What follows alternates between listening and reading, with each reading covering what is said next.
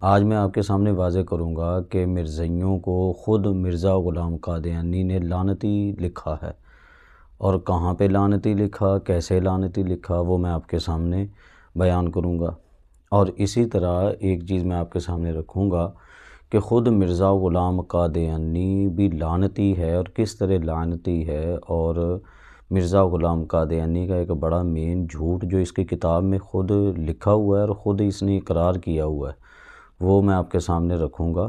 اس کی طرف جانے سے پہلے آئیے میں پہلے آپ کے سامنے کچھ جھوٹ سے متعلق احادیث مبارکہ رکھتا ہوں، آپ سماعت کیجئے گا، اور اس کے حوالے سے ان چیزوں کو ذہن میں رکھ کر بعد میں جو میں باتیں کروں گا ان کو بھی ذہن میں لائیے گا، اور پھر مرزائیوں کو کچھ نہ کچھ شرم دلائیے گا کہ تم لوگ کس کے پیچھے چل رہے ہو۔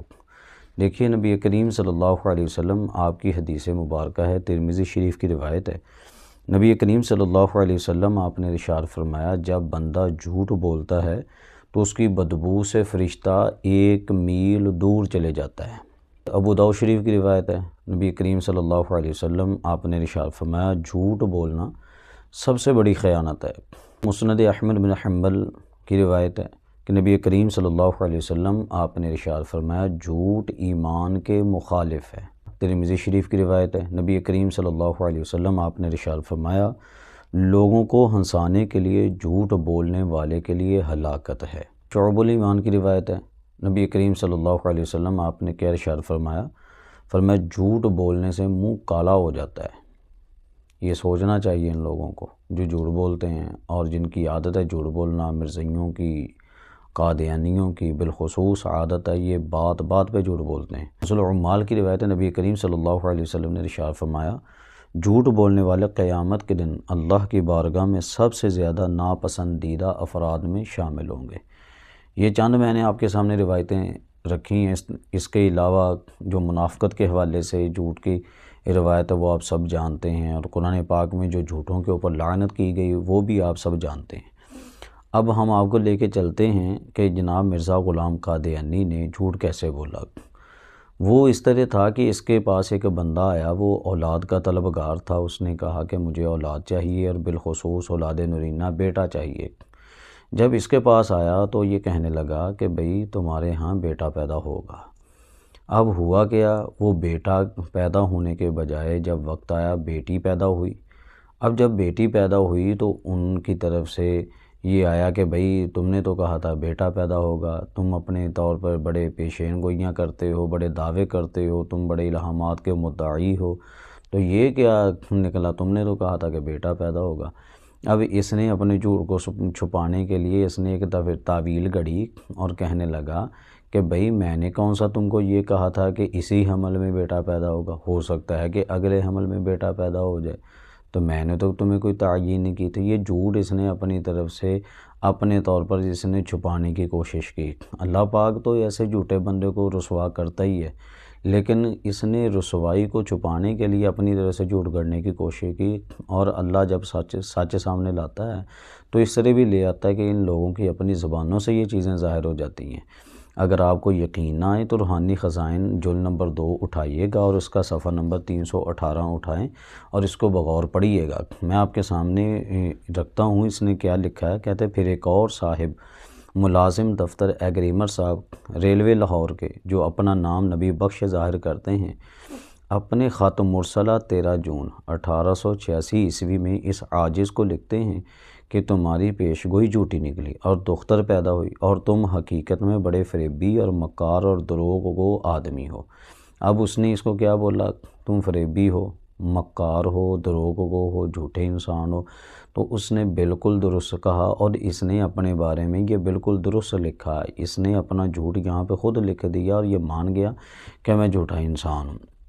اب یہاں تک ذرا اپنے صبر کریں، ہو سکتا ہے ذہن میں سوال ہو کہ بھئی اس پہ کیسے جھوٹ ثابت ہو گیا، تو اس کا جھوٹ ثابت کرنے کے لیے آپ کو ذرا نیچے آنا پڑے گا، اس کی اپنی عبارت کو پڑھنا پڑے گا۔ اگر آپ چاہتے ہیں، میں نہیں پڑھتا، اگر آپ چاہتے ہیں تو میں پڑھ دیتا ہوں، لیکن چلیں میں پڑھ دیتا ہوں، آپ توجہ کیجئے گا اس نے کیا لکھا، کہاں سے اس کا یہ جھوٹ ثابت ہوتا ہے، دغا کیسے ثابت ہوتا ہے۔ کہتا ہے بھلا کوئی اس بزرگ سے پوچھے کہ وہ فقرہ یا لفظ کہاں ہے جو کسی اشتہار میں اس عاجز کے قلم سے نکلا۔ جس کا یہ مطلب ہے کہ لڑکا اسی حمل میں پیدا ہوگا، اس سے ہرگز تخلف نہیں کرے گا۔ اب یہ دیکھیں کس طرح اس نے پردہ ڈالنے کی کوشش کی، اپنی رسوائی کو، اپنے جھوٹ کو چھپانے کی کوشش کی۔ مرزائیو ذرا سوچ لو کس کو مانتے ہو تم، کہ یہ کس طرح تعویلیں کر رہا ہے۔ پہلے اس نے اس کو لڑکے کا بولا تھا کہ لڑکا پیدا ہوگا، جب لڑکا پیدا نہ ہوا تو پھر اس طرح اس نے جھوٹ کو چھپانے کی کوشش کی۔ اب اگر یہ میں اپنی طرف سے بات کرتا تو تم کہہ سکتے تھے کہ یہ اس نے اپنی طرف سے گاڑ لی، اور بھئی یہ تو اس کی کتاب میں لکھی ہوئی ہے، تمہارے جو بڑا ہے اس کی کتاب میں لکھی۔ اب تو مان جو یہ کتنا جھوٹا انسان ہے۔ اور بلکہ میں آپ کو ایک اور بات بتاؤں، تم لوگ لعنتی انسان ہو، تمہیں خود مرزا نے کہا ہے، اور اس کے مطابق مرزا بھی لعنتی ہو گیا اور تم بھی لعنتی ہو گئے۔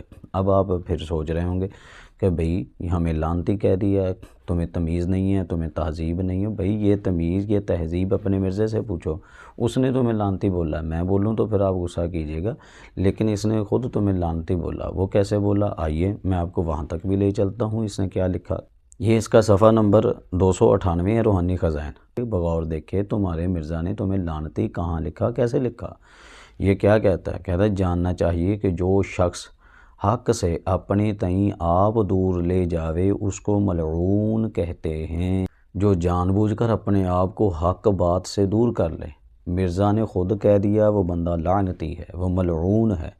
تو اب حق میں نے آپ کے سامنے رکھ دیا ہے، اور ایک مرتبہ نہیں کئی دفعہ آپ کے سامنے حق رکھا۔ اب اگر آپ نہیں مانتے تو مرزا نے تمہیں کہہ دیا تم لعنتی انسان ہو مرزائیو، خود مرزا نے بولا، اور حق مرزا کے سامنے بھی واضح تھا، پھر بھی نہ ماننا تو خود اپنے قول کے مطابق مرزا غلام قادیانی خود ملعون لعنتی ہو گیا۔ تو مرزائیو تم لعنتی انسان کے پیچھے چلتے ہو اور خود اس کے فتوے کے مطابق تم لعنتی ہو، تو کیوں نہیں تم توبہ کرتے، کیوں نہیں باز آ جاتے، کیوں نہیں اس رستے کو چھوڑ دیتے، کیوں نہیں اپنی آخرت کی فکر کرتے؟ کیا تمہارے لیے دنیا ہی سارا کچھ ہے؟ تم نے مرنا نہیں ہے، کچھ سوچو، خدا کے لیے کچھ سوچو، اپنی آخرت کے بارے میں سوچ لو، اور آج ہی ان لوگوں سے پیچھا چھڑاؤ، آج ہی سچے لوگوں کی طرف آ جاؤ۔ اللہ فرماتا ہے یا ایھا الذین آمنوا اتقوا اللہ وکونوا مع الصادقین۔